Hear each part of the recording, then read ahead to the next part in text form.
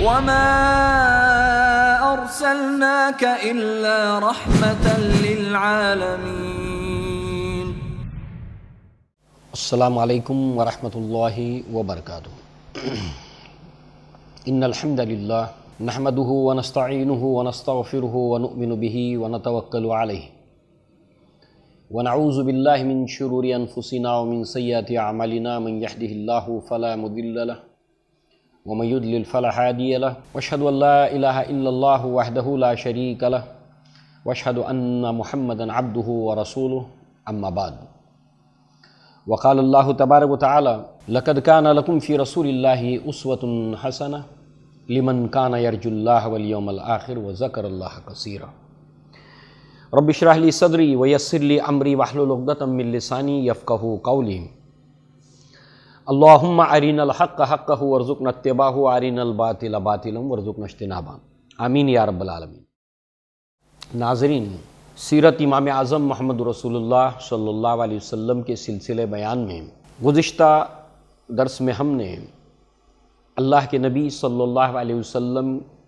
کے مہر نبوت کے تعلق سے کچھ باتیں سنی تھیں، اور اب یہاں سے ہم سیرت مصطفیٰ صلی اللہ علیہ وسلم کے سلسلے کو آگے بڑھاتے ہیں. اللہ کے نبی صلی اللہ علیہ وسلم نے اب مکہ کے اندر اپنی والدہ کے پاس رہ کر اپنی زندگی کا حصہ گزارنا شروع کیا. حلیمہ سعدیہ جب آپ کو چھوڑ گئی تھی مکہ، اللہ کے نبی صلی اللہ علیہ وسلم کم و بیش 4 سال کے تھے، لہٰذا 2 سال کا عرصہ آپ نے اپنی والدہ کے ساتھ میں گزارا ہے، اور آپ کی والدہ آپ کو مدینہ لے گئیں جب اللہ کے نبی صلی اللہ علیہ وسلم کی عمر 6 سال کی تھی. مدینہ کیوں لے گئیں آپ؟ تو ظاہر سی بات ہے کہ یہاں سے 2 باتیں جڑی تھیں. ایک تو یہ کہ ہاشم نے جو نکاح کیا تھا سلمہ نامی خاتون سے، وہ مدینہ جس کا قدیم یا پرانا نام یثرب تھا، تو یہاں یثرب یعنی مدینہ کی یہ خاتون سلمہ سے ہاشم نے نکاح کیا تھا، اور انہی سے شیبہ ان کی ولادت ہوئی تھی، اور یہی شیبہ ہے جو عبد المطلب ہے، اور عبد المطلب اللہ کے نبی صلی اللہ علیہ وسلم کے دادا ہیں. ابھی دادا حیات ہیں، تو گویا کہ آپ کے دادا کا ننیال ان سے ملانے کے لیے، اور دوسری ایک وجہ یہ تھی کہ آپ کے شوہر عبداللہ دوران سفر مدینہ ہی میں فوت ہو گئے تھے. اللہ کے نبی صلی اللہ علیہ وسلم ان کے شوہر یعنی عبداللہ کی نشانی تھی. تو گویا کہ ایک جذباتی معاملہ تھا، اور اللہ کے نبی صلی اللہ علیہ وسلم کو لے کر آپ مدینہ جاتی ہیں، اور آپ کے ساتھ ام ایمن ہیں. ام ایمن کے تعلق سے گزشتہ درس میں ہمارے سامنے گفتگو آئی ہے کافی، کون تھیں اور کب تک حیات رہیں، اور اللہ کے نبی پر ایمان بھی لائیں. اللہ کے نبی کی پرورش کے اندر آپ کا رول رہا ہے، اور اللہ کے نبی صلی اللہ علیہ وسلم آپ کے تعلق سے کہا کرتے تھے کہ میری امی کے بعد یہ میری امی ہیں. تو ام ایمن آپ کے ساتھ ہیں، اور آمنہ آپ کے ساتھ ہیں، اور اللہ کے نبی صلی اللہ علیہ وسلم 6 سال کی عمر میں مدینہ پہنچتے ہیں. معلوم ہوتا ہے کہ 1 مہینے کا قریب اسٹے یہاں پر رہا، اور واپسی کے وقت ابوا ایک مقام ہے جو مکہ اور مدینہ کے درمیان تھوڑا مدینہ کی طرف زیادہ ہے. مکہ اور مدینہ کے درمیان تھوڑا مدینہ کی طرف تھوڑا سا زیادہ ہے. تو ابوا اس مقام کے اوپر جو ہے وہ آپ کی والدہ کا دوران سفر انتقال ہو جاتا واپسی کے وقت میں. اب یہاں پر ساتھ میں ام ایمن ہیں، اور اللہ کے نبی صلی اللہ علیہ وسلم 6 سال کے، آپ اندازہ کر سکتے ہیں کہ 6 سال کی عمر میں آپ جو بچہ جو ہوتا ہے وہ کس طرح کا ہوتا ہے. تو اتنی کم عمری کے اندر جو ہے وہ اللہ کے نبی صلی اللہ علیہ وسلم کی والدہ اور دوران سفر انتقال ہو گیا مقام ابوا کے اوپر.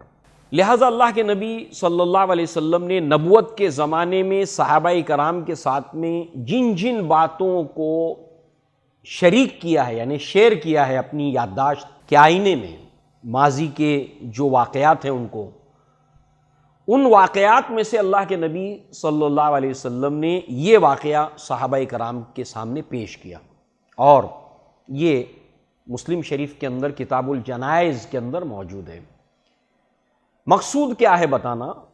مقصد یہ بتانا ہے کہ جس وقت اللہ کے نبی صلی اللہ علیہ وسلم نے یہ واقعہ صحابہ کرام کے سامنے پیش کیا ہے،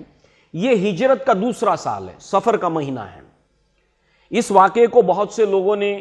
نبی صلی اللہ علیہ وسلم کے ہجرت کے 7ویں سال بھی بتایا ہے، مگر وہ بات درست نہیں ہے، غلط ہے، اس لیے کہ اللہ کے نبی صلی اللہ علیہ وسلم نے غزوہ ابوا ہوا ہے۔ ابوا اس مقام پر جہاں اللہ کے نبی صلی اللہ علیہ وسلم کی والدہ مدفون ہیں،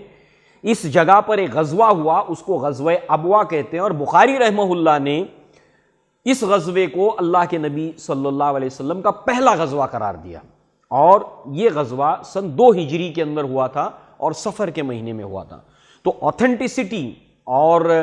سند کے اعتبار سے جو قوی بات ہے وہ یہ دوسرے سال کا واقعہ ہے، اور مسلم شریف کے اندر کتاب الجنائز کے اندر یہ واقعہ موجود ہے۔ اب کیا ہے وہ؟ 6 سال کی عمر میں دوران سفر والدہ کا انتقال ہوا ہے، اور اللہ کے نبی ہجرت کے دوسرے سال صحابہ کرام کو یہ واقعہ سنا رہے ہیں۔ یعنی اگر آپ دیکھیں کہ کتنے سال کا ڈیوریشن ہے اس کے درمیان، 40 سال میں اللہ کے نبی کے اوپر وحی کا آغاز کا سلسلہ شروع ہوا، اور 34 سال یہ ہو جاتے ہیں، 6 سال اگر نکال دیے جائیں۔ اللہ کے نبی صلی اللہ علیہ وسلم نے مزید 13 سال نبوت کے بعد مکہ کے اندر گزارے ہیں، اس اعتبار سے قریب 47 سال یہ بن جاتے ہیں، اور بعد اس کے 2 سال اور، یعنی قریب 50 سال کے بعد بھی اللہ کے نبی صلی اللہ علیہ وسلم کو یہ واقعہ یاد رہا، اور اللہ کے نبی نے اپنے صحابہ کرام کو یہ واقعہ سنایا، اور سنا کر اللہ کے نبی اپنی والدہ کو یاد کر کے اتنا روئے کہ صحابہ کرام بھی آپ کے ساتھ جو ہے وہ رونے لگے۔ اللہ کے نبی صلی اللہ علیہ وسلم نے اس انداز کے اندر اس سفر کے واقعے کو پیش کیا۔ آئیے ہم دیکھتے ہیں، کیونکہ اس میں بہت سی نصیحتیں ہیں اللہ کے نبی صلی اللہ علیہ وسلم کے اس واقعے میں، سیرت کے اس پہلو کے اندر۔ اور اللہ کے نبی نے فرمایا، میں نے اللہ تعالیٰ سے اپنی والدہ کے لیے استغفار کرنے کی اجازت مانگی، فلم یوزن لی، تو مجھے اجازت نہیں دی گئی۔ میں نے اللہ تعالیٰ سے اجازت مانگی اپنی والدہ کی قبر کی زیارت کی، تو مجھے اجازت دی گئی۔ سو لہذا تم لوگ بھی قبروں کی زیارت کیا کرو، کیونکہ یہ موت کی یاد دلاتی ہے۔ آپ دیکھیں دوسری روایت میں ہم کو جب دعا اللہ کے نبی نے ایک سکھائی ہے زیارت قبور کی، اور اس کے راوی بریدہ رضی اللہ عنہ ہے جو ابھی دعا آنے والی ہے، اس کے اندر ایک چیز اور ہم کو ملتی ہے، ان دونوں حدیثوں کو ملانے کے بعد ایک نئی چیز ہمارے سامنے آتی ہے، وہ یہ ہے کہ اللہ کے نبی نے فرمایا کہ پہلے میں تمہیں روکا کرتا تھا قبروں کی زیارت سے، اب تم کو اجازت دیتا ہوں۔ تو ایسے کئی واقعات ہیں جہاں پر اللہ کے نبی نے اپنے صحابہ کرام کو کسی کام سے روکا اور ایک وقت کے بعد اجازت دی، لہٰذا پہلے آپ کا اجازت نہ دینا اور بعد میں اجازت دینا، اس درمیان کے اندر وجہ ہوتی ہے۔ مثلا ابتدا میں جب وحی کا نزول شروع ہوا تو اللہ کے نبی صلی اللہ علیہ وسلم نے صحابہ سے فرمایا مجھ سے کچھ نہ لکھو سوائے قرآن کے، مگر ایک وقت کے بعد آپ نے فرمایا کہ میں ابتدا میں تمہیں روکا کرتا تھا، اب تم لکھ لیا کرو مجھ سے۔ یعنی صحابہ کرام کی اب تربیت ہو گئی، جو کاتب وحی تھے، کہ اب جو ہے وہ یہ وحی مطلوع قرآن ہے اور یہ وحی غیر مطلوع حدیث ہے۔ تو جب صحابہ کرام میں یہ تمیز، یہ تمیز پیدا ہو گیا، اس کی تربیت اللہ کے نبی نے کی، تو اب اللہ کے نبی نے اجازت دے دی۔ اسی طریقے سے اللہ کے نبی صلی اللہ علیہ وسلم نے قربانی کا گوشت ذخیرہ کرنے سے ایک وقت میں منع کیا تھا اور ایک وقت کے بعد اجازت دے دی، اس کے درمیان ریزن اور وجہ ہوتی ہے۔ اسی طریقے سے یہاں پر اللہ کے نبی نے فرمایا کہ میں تمہیں ابتدا میں قبروں کی زیارت سے روکا کرتا تھا، اس لیے کہ اسلام کے ابتدائی دور کے اندر وہاں پر لوگ قبروں کی زیارت کی بجائے اس کی عبادت کیا کرتے تھے، وہاں جا کر دعائیں مانگا کرتے تھے، وہاں پر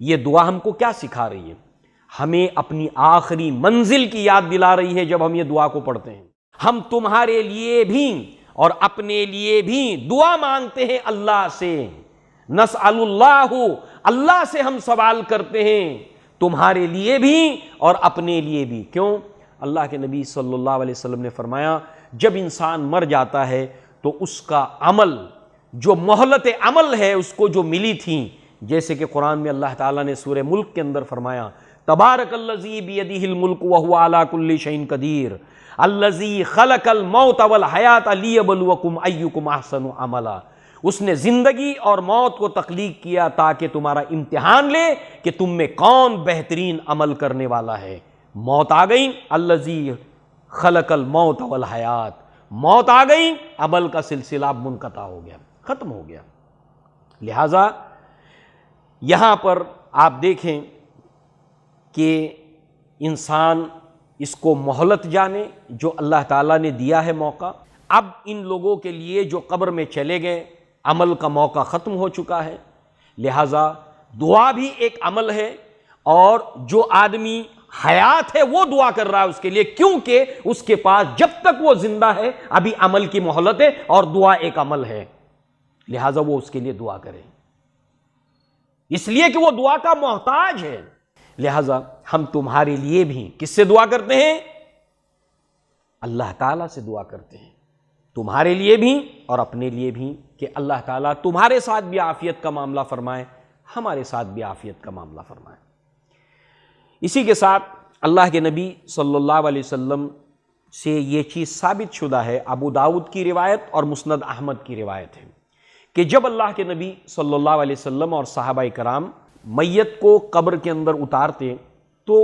اس دعا کو پڑھتے، بسم اللہ وعلی سنتی رسول اللہ، بسم اللہ سنت رسول کے اوپر، اللہ کے رسول کی سنت کے اوپر ہم یہ عمل کرتے ہیں اللہ کا نام لے کر۔ مسند احمد میں الفاظ یوں ہیں، بسم اللہ علی ملتی رسول اللہ، ملت رسول کے اوپر ہم تمہارے لیے یہ عمل کرتے ہیں یا تمہاری تدفین کرتے ہیں۔ لہذا یہ مسلم شریف اور مسند احمد کی روایت کے تعلق سے۔ اسی طریقے سے اللہ کے نبی جب تدفین سے فارغ ہو جاتے تو اس کے بعد صحابہ کرام کی طرف مخاطب ہو کر فرماتے کہ اپنے بھائی کے لیے استغفار کرو، اس کے ثابت قدم رہنے کے لیے دعا کرو، اس لیے کہ اب اس سے سوالات پوچھے جائیں گے۔ حاکم کے اندر یہ روایت ہے اور ذہبی نے اس کی موافقت کی ہے۔ لہٰذا جو ہے وہ تم اپنے بھائی کے لیے استغفار کرو کہ اس کو اب سوالات پوچھے جائیں گے تو یہ ثابت قدم رہ سکے۔ تو اب یہاں پر پڑھنا کیا ہے؟ یہ بھی اللہ کے نبی نے تعلیم دی صحابہ کرام کو، صحابہ کرام نے اس تعلیم کو تابعین کو دیا، تبا تابعین کو دیا، اور یہ ریکارڈ کے اندر ڈیکیومنٹڈ صورت کے اندر موجود ہے۔ کوئی مسلمان اگر اس کا پورا جو اللہ کے نبی کا سکھایا ہوا جو نظام اور جو تعلیم ہے اس کو جاننا چاہے تو وہ اس کو مل جائے گا اپنی سند کے ساتھ پورے ڈیکیومنٹڈ صورت کے اندر۔ لہذا اللہم اغفر لہو،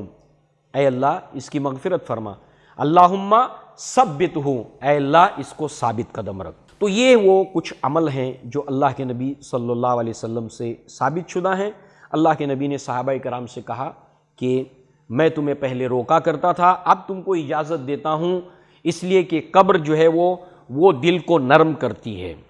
پوائنٹ نمبر 1، آخرت کی یاد دلانا اس روایت میں بھی آیا، اور یہاں پر بریدہ رضی اللہ عنہ کی روایت میں 3 مقصد اللہ کے نبی نے بیان کیے۔ نمبر 1، یہ دل کو نرم کرتی ہے۔ نمبر 2، زیارت قبور کے نتیجے میں انسان کی آنکھوں سے آنسو نکلتے ہیں، یہ مقصد ہے کہ انسان یہاں پر آ کر اس کی آنکھوں سے آنسو آئے کہ بالآخر یہیں پر مجھے پہنچنا ہے۔ آج کوئی یہاں پر ان کے لیے آنے والا نہیں ہے، سب اپنی دنیا میں مگن ہے، ایسا ہی معاملہ میرے ساتھ بھی ہوگا، تو یہ آنکھوں سے آنسو نکالتی ہے۔ اور نمبر 3، آخرت کی یاد دلاتی ہے۔ لہٰذا اللہ کے نبی صلی اللہ علیہ وسلم نے اس ابوا کے مقام کے اوپر واپسی کے وقت مدینہ سے آپ کی والدہ کا انتقال ہوا ہے،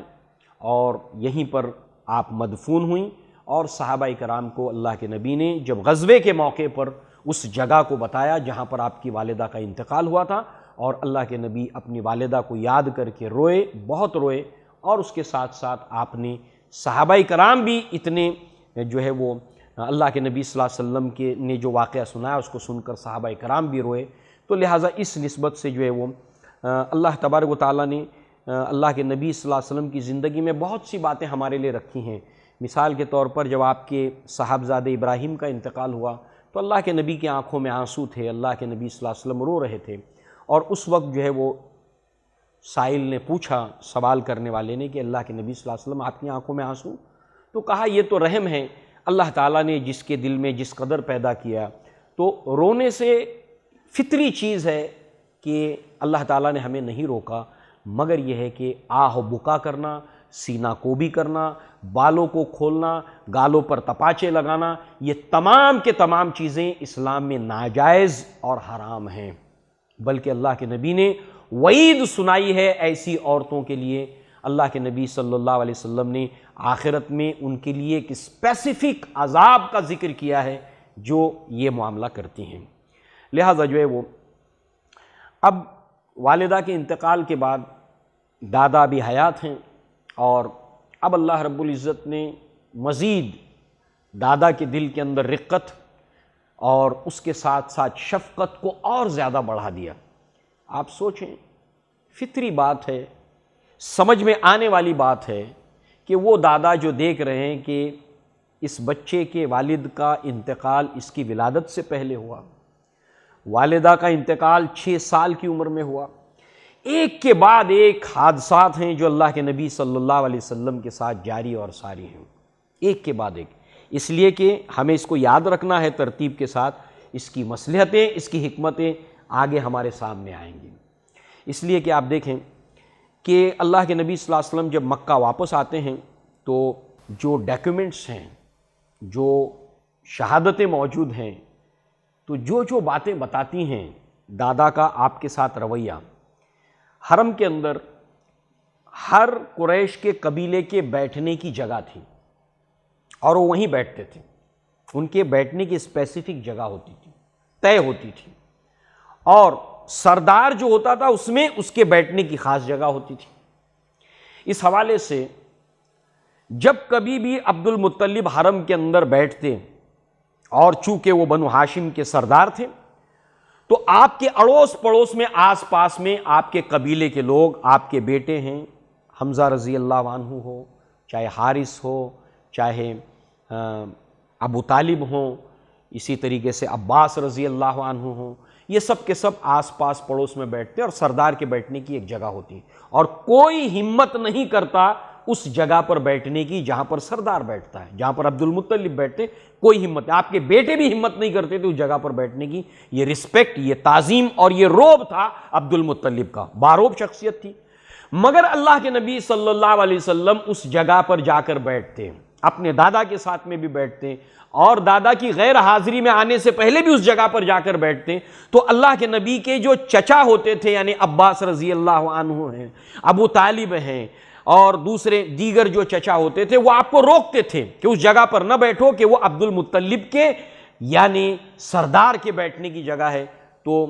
آپ کے دادا عبد المطلب جو ہے وہ اپنے بچوں کو روکتے کہ نہیں، چھوڑ دو میرے اس بیٹے کو، اس کی بڑی شان ہے، یہ بڑی شان والا ہوگا، اسے نہ روکو۔ لہٰذا جب یہ بار بار عمل ہوتا تو اس کے بعد کبھی کوئی بھی آپ کے چچا نے آپ کو نہیں روکا، اور پھر بڑی شفقت کے ساتھ میں دادا آپ کے عبد المطلب آپ کے سر کے اوپر سے ہاتھ پھیرتے، آپ کے پیٹھ کے اوپر سے ہاتھ پھیرتے بڑی شفقت کے ساتھ۔ تو لہٰذا اس رویے کو دیکھ کر تمام آپ کے چچاؤں کے دل میں اللہ تعالیٰ نے وہ رسپیکٹ پیدا کیا کہ ان کے والد عبد المطلب جب یہ عمل کر رہے ہیں تو یہاں پر جو ہے وہ بھی اس عمل کو کرنے کے لیے مجبور ہوئے۔ اور اس طریقے سے جو اللہ تعالیٰ نے فرمایا الم یجد کا یتیما فآویٰ، اے نبی کیا ہم نے آپ کو یتیم پایا تو کیا بہترین ٹھکانہ نہیں دے دیا؟ اس پورے واقعے کو جو آپ نے سنا ہے اپنے سامنے رکھیے، نگاہوں کے چشم تصور سے اس کو دیکھیے، اور کیسا رسپیکٹ ہے جو اللہ کے نبی صلی اللہ علیہ وسلم کے ساتھ ان کے چچا کر رہے ہیں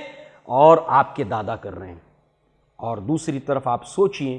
کہ عموماً ہمارے سماج میں ہم نے سنی ہوئی باتیں ہوتی ہیں، یا ہمارا اپنا فرسٹ ہینڈ ایکسپیرینس ہوتا ہے، یا ہمارا آبزرویشن ہوتا ہے کہ یتیموں کے ساتھ چچا، ماموں،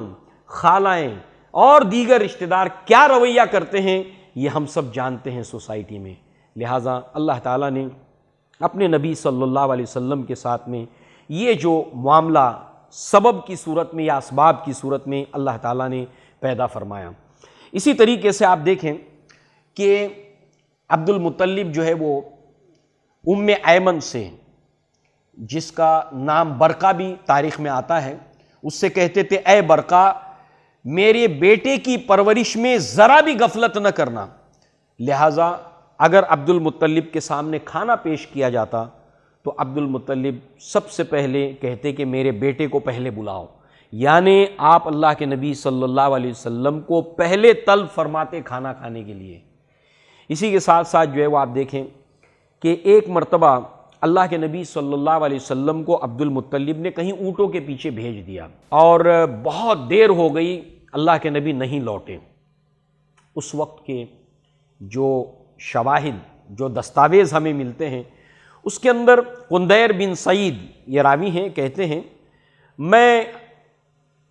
حرم آیا تھا، میں نے دیکھا حرم کے اندر کہ ایک بزرگ شخص جو ہے وہ باروب شخصیت، ایک بزرگ، وہ خانہ کعبہ کا طواف کرتے ہوئے والہانہ انداز کے اندر جو ہے وہ یہ اشعار پڑھ رہا ہے، ربی رد راقبی محمد ردہ لی وسنا اندی یدن، کہ اے میرے رب میرے سوار محمد کو صلی اللہ علیہ وسلم میرے پاس بھیج دیں اور میری طرف لوٹا کر مجھ پر احسان کر۔ یہ کیا واقعہ ہے؟ یہ واقعہ ہے کہ اللہ کے نبی صلی اللہ علیہ وسلم کو عبد المطلب نے اونٹوں کے پیچھے بھیجا تھا، لہٰذا اس کے بعد آپ اپنے قبیلے کے تمام اپنے بیٹوں کو اور لوگوں کو جمع کرتے اور کہتے کہ جاؤ کون ہے جو میرے بیٹے محمد صلی اللہ علیہ وسلم کو تلاش کر کے میرے سامنے لے آئے، اور پھر اس کے بعد سب تلاش میں نکل گئے، اور اس کے بعد آپ جو ہے وہ خانہ کعبہ میں اس طریقے سے گویا ہوتے ہیں۔ تو یہ گویا کہ جب اللہ کے نبی صلی اللہ علیہ وسلم کو آپ کے سامنے پیش کیا گیا تو اس وقت کہتے ہیں کہ اے بیٹے میں تو ایک ماں کی طرح تیرے لیے پریشان ہو گیا تھا، ایک ماں جس طرح اپنے کھوئے ہوئے بیٹے کے لیے پریشان ہوتی ہے اس طرح سے میں تیرے لیے پریشان ہو گیا تھا، لہٰذا مجھ سے کبھی جدا نہ ہونا۔ لہٰذا یہ عبد المطلب کی والہانہ محبت آپ کے لیے اور یہ شفقت آپ کے لیے یہ گویا کہ شرح ہے اس بات کی علم یجد کا یتیمن فآوا، اے نبی کیا ہم نے آپ کو یتیم پایا تو کیا بہترین ٹھکانہ نہیں دے دیا۔ اس کے تعلق سے ایک بات اور ہم سنتے چلیں کہ اس واقعے کو لے کر واقعہ سیم ہے، یعنی اللہ کے نبی صلی اللہ علیہ وسلم کچھ دیر تک نہیں ملے اور عبد المطلب پریشان ہو گئے۔ اس واقعے کو اس وقت بھی پیش کیا جاتا ہے جب حلیمہ بنو سعد سے آپ مکہ واپس آتی ہیں اللہ کے نبی کو لے کر، تو اس وقت کے اندر جب وہ مکہ کے اندر شہر میں داخل ہونے سے پہلے جو ہے وہ جب محمد صلی اللہ علیہ وسلم کھو جاتے ہیں اور پریشان ہو کر وہ آ کر آپ کی والدہ کو بتاتی ہیں، اور کچھ لوگ اس وقت کا واقعہ بتاتے ہیں، مگر صحیح بات یہی ہے کہ یہ واقعہ آپ کی والدہ کے وفات کے بعد کا ہے۔ تو لہٰذا یہ اللہ کے نبی صلی اللہ علیہ وسلم سے آپ کی شفقت اور والہانہ محبت کا ایک انداز ہے جو ہمیں یہاں پر نظر آتا ہے۔ لہٰذا ابھی 2 سال کا عرصہ نہیں گزرا ہے، آپ دیکھیے اللہ کے نبی صلی اللہ علیہ وسلم کی ولادت سے پہلے والد کا انتقال، جب آپ بنو سعد سے لوٹے ہیں قریب 4 سال کی عمر میں، تو ظاہر سی بات ہے کہ بچپن کا جو دور آپ نے بنو سعد میں عبداللہ کے ساتھ گزارا، اپنی رضائی بھائی کے ساتھ، شیمہ کے ساتھ گزارا، اپنی والدہ حلیمہ سعدیہ کے ساتھ گزارا، وہ جو وقت آپ نے گزارا ہے وہاں پر بچپن کا وہ دور، تو وہاں سے جدا ہوتے ہوئے بھی اللہ کے نبی صلی اللہ علیہ وسلم کے دل پر اس کے اثرات کیا نہیں ہوئے ہوں گے؟ کیا اللہ کے نبی صلی اللہ علیہ وسلم نے اپنی زندگی کے اندر کہ آپ کی ولادت سے پہلے آپ کے والد کا انتقال ہونا اس کے اوپر سوچا نہیں ہوگا؟ اس لیے کہ آگے عنوان جب آئے گا یہ ساری باتیں اس کے ساتھ میں جمع ہو جائیں گی، کلب ہو جائیں گی۔ لہٰذا اب 4 سال کے بعد 2 سال گزر جاتے ہیں، والدہ کا انتقال، 4 سال کے بعد بنو سعد سے جدائی، 6 سال کے بعد والدہ سے جدائی، اور اب بس 2 سال گزرنے ہیں کہ عبد المطلب کا انتقال ہو جاتا ہے۔ ایک کے بعد ایک سب ساتھ چھوڑتے چلے جاتے ہیں۔ اللہ کے کام دیکھو، کیا پہلے ہے اور کیا بعد۔ یہ تمام کے تمام اللہ تعالیٰ کی تدبیروں کا حصہ ہے، اس لیے کہ اس کی مصلحتیں کیا ہیں، اس کے پیچھے کیا اللہ کے پلاننگز ہیں، انشاءاللہ آگے ہم اس کے اوپر گفتگو کریں گے۔ بہرحال 8 سال کی عمر میں آپ کے دادا کا انتقال ہوتا ہے، جو اس قدر شفقت سے آپ کی پرورش کے اندر جو ہے وہ حصہ لے رہے تھے، لہٰذا آپ کو بھی اپنے دادا سے محبت سی ہو گئی تھی۔ لہٰذا وہ دادا جو اللہ کے نبی صلی اللہ علیہ وسلم سے کہتے کہ میرے بچے مجھ سے جدا نہ ہونا، وہ خود آج محمد صلی اللہ علیہ وسلم کو چھوڑ کر چلے گئے۔ لہٰذا آپ نے اپنی زندگی کے اندر اپنے بچوں کو جمع کر کے اللہ کے نبی صلی اللہ علیہ وسلم کے تعلق سے وصیت کی ابو طالب کو۔ اب ظاہر سی بات ہے کہ آپ کے جو بیٹے تھے ان میں عبداللہ کا تو انتقال ہو چکا تھا، باقی جو بیٹے بچے تھے ان میں سے آپ نے ابو طالب کا سلیکشن کیا، اس لیے کہ ہر باپ اپنے بچوں کو اچھی طرح پہچانتا ہے، اور اللہ تعالیٰ نے یہ تعبیر اختیار کی، یعرفونہ کما یعرفون ابناہم، کہ یہ اللہ کے نبی کو ایسے پہچان گئے ہیں جیسے اپنے بیٹے کو پہچانتے ہیں۔ یہ ایک تعبیر ہے جو اللہ کے نبی صلی اللہ علیہ وسلم کے نبوت کو بنی اسرائیل نے پہچان لیا تھا، اس کے لیے یہاں پر یہ بیان ہوئی ہے۔ مگر یہاں پر کہنے کا مقصود یہ ہے کہ باپ اپنے بچوں کو اچھی طریقے سے پہچانتا ہے، جیسے یعقوب علیہ السلام نے اپنے 12 بیٹوں میں سے ان کا زیادہ التفاق بنیامین اور یوسف علیہ السلام کی طرف تھا کہ انہیں ان کے اندر آثار دکھائی دیتے تھے، لہٰذا جو ہے وہ اس طرح سے یہاں پر آپ نے اپنے بیٹوں میں سے ابو طالب کا انتخاب کیا، اللہ کے نبی صلی اللہ علیہ وسلم کا خیال رکھنے کے لیے اپنے بعد اور پرورش کو لے کر۔ اور ظاہر سی بات ہے کہ آپ کا یہ جو فیصلہ تھا یا وصیت تھی وہ یہ بتاتی ہے کہ یہ آپ کا فیصلہ بالکل درست تھا۔ ابو طالب نے اپنی آخری سانس تک اپنے والد کو دیے ہوئے اس وصیت کا خیال رکھا، اور اس کے ساتھ ساتھ جو ہے وہ اپنی جو قبائلی روایت اور حمیت کا لحاظ رکھا، اور اللہ کے نبی صلی اللہ علیہ وسلم کا آخری وقت تک ساتھ دیا۔ لہذا اللہ کے نبی صلی اللہ علیہ وسلم جب 8 سال کے تھے اس وقت آپ کے دادا کا انتقال ہوتا ہے، اور آپ اپنے دادا کے جنازے میں شریک ہیں، اور آنکھوں میں آنسوؤں کی لڑیاں ہیں، اور یہ جو داغ ہے اللہ کے نبی صلی اللہ علیہ وسلم کے ننھے سے دل کے اوپر دادا دے گئے۔ لہٰذا یکے بعد دیگرے ان غموں سے اللہ کے نبی صلی اللہ علیہ وسلم کی